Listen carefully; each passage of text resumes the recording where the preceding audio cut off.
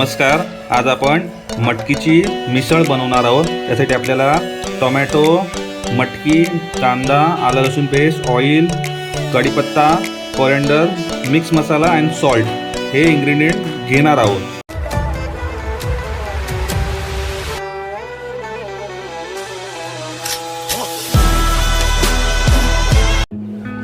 Finally आपली मटकीची मिसळ तयार झालेली आहे. आता आपण ती पावासोबत खायला रेडी आहे. So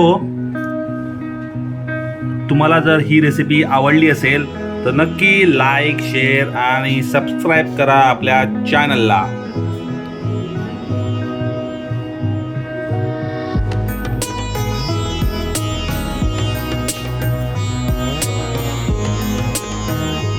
thank you for watching.